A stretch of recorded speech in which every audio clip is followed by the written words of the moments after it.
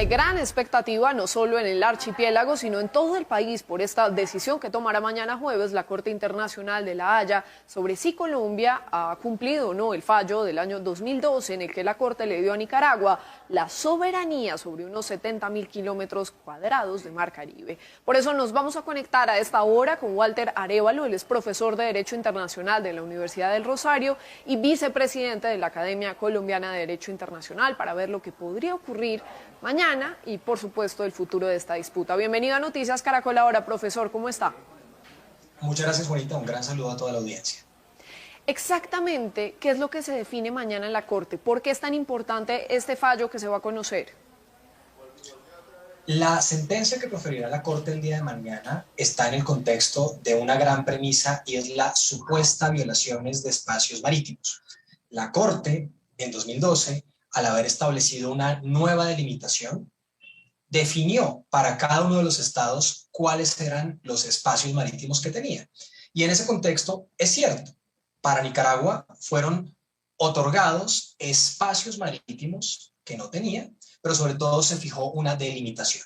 Posteriormente, en 2013, después de las actuaciones de rechazo, de oposición a la sentencia por parte de Colombia, Nicaragua solicitó una sentencia en donde se hablara del incumplimiento a ese régimen de delimitación y de espacios marítimos creados en 2012, y presentó como grandes, si se quiere, situaciones de incumplimiento, básicamente tres cosas: legislación colombiana posterior a la sentencia que contradice ese régimen, como nuestro decreto de zona contigua integral; la posición frente a la sentencia desde el punto de vista constitucional, incluida la sentencia de la Corte Constitucional, donde para Colombia no puede implementarse la sentencia si no es por vía de un tratado; y una serie de, ahí sí, conductas en esos espacios que para Nicaragua se consideran como hechos ilícitos frente a los derechos establecidos en tal régimen. En el caso de Colombia, que tuvo la oportunidad no solo de defenderse, sino de presentar además contrademandas, pues también hemos solicitado que Nicaragua ajuste también normas posteriores que violan ese régimen creado en 2012, pero además, pues defender los derechos de pesca histórico que pueden estar, desde el punto de vista de los raizales, siendo vulnerados por las actividades de Nicaragua en la zona, más algunos argumentos en el contexto ambiental. Claro, profesor, y vamos a tratar de entender esto por partes. Todo esto que usted ha mencionado es importante, pero este es un conflicto, ¿no? También uno podría decirlo, una decisión que ya lleva varias décadas, ha implicado también distintos gobiernos. ¿Cuáles son realmente los escenarios de ese fallo? Digamos, ¿puede ser solo un llamado de atención o qué más se podría llegar a perder con ese fallo? Lo importante es entender que la sentencia del día de mañana no modifica la delimitación ya existente y no implicará en ningún sentido una pérdida de soberanía territorial. Es muy probable que pasen tres cosas: que la Corte le diga a Colombia que cese cualquier actividad de carácter de interdicción marítima, de carácter económico, que vulnere lo que para la sentencia de 2012 es la zona económica exclusiva nicaragüense; que le pida a Colombia que ajuste sus decretos, como el de zona contigua integral, para que no contradiga las actividades que un estado puede realizar en la zona económica exclusiva, en la vecindad con el otro estado. Pero también es muy probable que en la sentencia, en esa, si se quiere, dualidad de partes, la Corte le diga a Nicaragua que debe respetar derechos de pesca, derechos de libre paso, otros derechos que cualquiera puede ejercer en su zona económica exclusiva, y además que modifique, por ejemplo, su decreto de líneas de base que altera también la delimitación fijada en 2012. Entonces, es una sentencia que tendrá un mensaje de implementación, de regulación a las dos partes. ¿Y en qué se han basado los argumentos, tanto nicaragüenses y la defensa de Colombia? Porque se ha hablado tanto también en algunos momentos que ciertos gobiernos no le prestaron la suficiente atención a este tema y por eso estamos en medio de todo esto. La verdad, el principal argumento en el momento por parte de Nicaragua son los actos de oposición y desacato que se produjeron inmediatamente después de la sentencia de 2012. Desafortunadamente, en el derecho internacional el argumento de que la Constitución colombiana requiere, solicita, obliga una producción de un tratado para implementar una sentencia internacional no es admisible. El derecho internacional, las sentencias de las cortes internacionales no necesitan un requisito de derecho interno y menos de un tratado para ser implementadas. Además, la interpretación del artículo 101 que presentan los gobiernos colombianos desafortunadamente es errónea, es equivocada. El artículo 101 está siendo mal interpretado. El artículo 101 habla de la modificación de las fronteras a través de tratado, pero lo que hizo la Corte en 2012 fue crear un límite que no existía. No había una delimitación marítima con Nicaragua y la Corte Internacional de Justicia la creó. Las decisiones judiciales, las sentencias también pueden crear límites, tanto así que varios límites colombianos hoy existentes son creados por laudos arbitrales. Claro, y el presidente Iván Duque, por ejemplo, ha dicho que no va a ceder a más pretensiones nicaragüenses. ¿Eso es así? O sea, ¿qué postura se puede atribuir al país? ¿Qué decisiones sí, digamos, cómo puede enfrentarse a esto? La postura más desafortunada sería una renuencia, un rechazo a la decisión, diciendo que no se van a tomar ninguna de las medidas que la Corte seguramente solicite, que serán medidas, pues, en alguna medida sencillas, porque implicarán, por ejemplo, la modificación de normas internas, implicarán darle instrucciones concretas a los agentes del Estado que están en la zona, y seguramente la Corte también le pida cosas a Nicaragua. Entonces, un rechazo a la sentencia nos pone en una situación de pierde-pierde porque ni modificamos nuestro régimen que está incorrecto, ni aceptamos una decisión que seguramente también le pida a Nicaragua que modifique su conducta.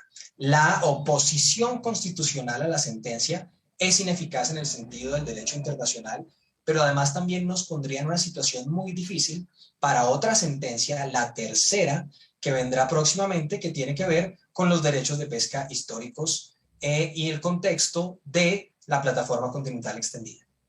Claro, pero en caso de insistir, por ejemplo, en no acatar ese fallo, ¿qué escenarios se pueden presentar? Entonces, vamos a tener en la zona una dificultad con las fuerzas nicaragüenses, vamos a tener una poca claridad de quién va a, por ejemplo, administrar las distribuciones económicas y los permisos en la zona. Vamos a tener un decreto de zona contigua que va a ser contrario al derecho internacional y que Nicaragua puede comportarse contrario a él, porque en su zona económica exclusiva Nicaragua tendrá las potestades que quiera, pero además vamos a perder la oportunidad de exigirle a Nicaragua, a viva voz y gracias a nuestro buen ejemplo, pues que cumpla lo que la Corte muy seguramente le pida en esa sentencia, que es modificar las líneas de base, que no son una cosa menor, pues son la forma en que se miden los espacios marítimos nicaragüenses. Y Nicaragua, profesor, ¿podría seguir pidiendo más ante la Corte? Es decir, Colombia podría llegar a perder en esa demarcación que usted acaba de mencionar. Más allá de que pueda pedir o no, porque en el contexto del Pacto de Bogotá ya no hay oportunidad para más demandas porque Colombia denunció ese Pacto de Bogotá en una reacción más a la sentencia de 2012, lo que sí es importante es tener el escenario de implementación y el escenario de litigio más sencillo, más claro, más directo para la otra pretensión de Nicaragua que está en curso, que es la plataforma continental. En ese escenario, como en este, y hay que abandonar ese derrotismo que tuvimos desde la sentencia de 2012, en ese escenario también es posible que la Corte no le dé de lleno a Nicaragua toda la razón, como no fue en 2012, porque también de ahí viene un poco de la, si se quiere, difícil postura del Estado colombiano. El Estado colombiano a hoy sigue entendiendo que la Corte le dio toda la razón a Nicaragua en 2012 cuando no fue así. Profesor, tratemos de entender un poco más al detalle lo que está pasando con este diferendo marítimo entre Colombia y Nicaragua, porque tengo entendido esto tiene que ver con un punto específico en el mar, ¿no? Con un meridiano. ¿Qué es lo que pasa ahí? La referencia al meridiano 82 es una referencia que viene desde el origen del litigio. El Meridiano 82 fue en la primera época de la defensa de Colombia desde 2007 y mucho antes políticamente, tomado por Colombia como el límite entre los dos estados. Pero el Meridiano 82, desde el punto de vista formal del derecho internacional, nunca se constituyó como un límite entre las partes, ni por tratado, ni por una decisión judicial previa, ni por un instrumento conexo. Alrededor de ese meridiano, entonces, se tomó la idea de que si la Corte nos ponía en un espacio distinto, nos movía de ese meridiano, nos estaba quitando espacios soberanos cuando ese meridiano nunca fue, por decirlo de otra manera, el lindero entre los dos estados.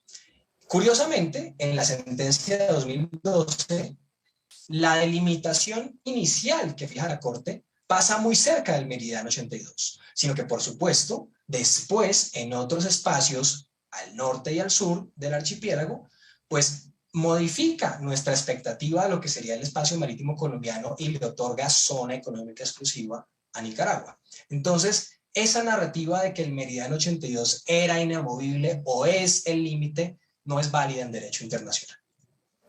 Claro, ya entendemos también, porque en ningún tratado había quedado específicamente demarcado que ese era el punto límite entre ambas naciones. Ahora, profesor, veíamos también la preocupación, ya lo venía usted mencionando a lo largo de este diálogo, la preocupación de los pescadores, de los raizales, por ejemplo, en Providencia. Se ha hablado que quedarían muy condicionados y también aislados. ¿Qué pasa con esos derechos?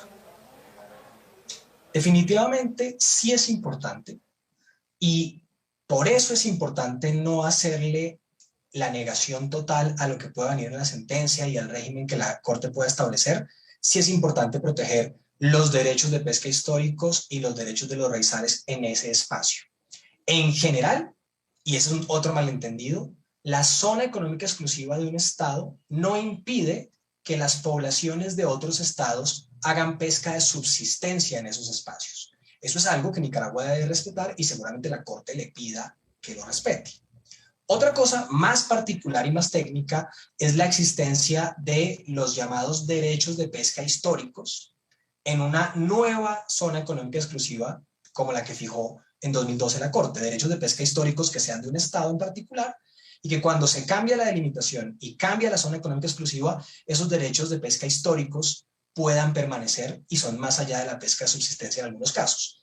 El derecho internacional en gran cantidad de decisiones ha dicho que una nueva zona económica exclusiva no implica la inexistencia de los derechos de pesca históricos de las poblaciones de otros estados. Eso fue argumentado ante la Corte y probablemente la Corte se pronuncie en general a favor de ello. Y digo en general porque una cosa es que la Corte diga, perfecto, desde el punto de vista de las normas, los derechos de pesca históricos pueden existir en la zona económica exclusiva de otro estado. Otra cosa distinta es probar específicamente distintos tipos de derechos de pesca histórico, como decir, la comunidad tal deberá seguir pescando en tal lugar. Eso es lo que seguramente tengamos que seguir dialogando, pero por eso es importante la sentencia, porque la sentencia, si la Corte aplica los estándares del derecho del mar, seguramente haga un reconocimiento general de estos derechos. Profesor, ya para ir terminando también a manera de conclusión, ¿qué cree usted que va a pasar mañana?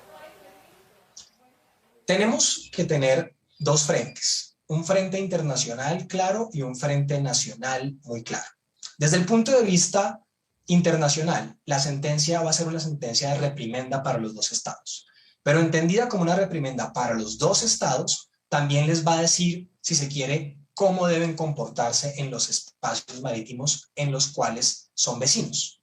También hay que entonces llevar ese mensaje, no convertirlo en un mensaje derrotista, ni soberanista, ni patriotero, y llevarlo al ámbito interno para que la implementación sea lo más sencilla, para que lo que toque hacer se pueda hacer y no sigamos creando una desviación de regímenes que nos ponga en no solo más litigios, sino conflictos internacionales. Muy bien, es el profesor Walter Arévalo, es profesor de Derecho Internacional de la Universidad del Rosario en Bogotá y vicepresidente de la Academia Colombiana de Derecho Internacional, hablando un poco de este diferendo marítimo y de la decisión que conoceremos mañana de la Corte de La Haya. Muchísimas gracias, profesor, muy amable. Muchas gracias.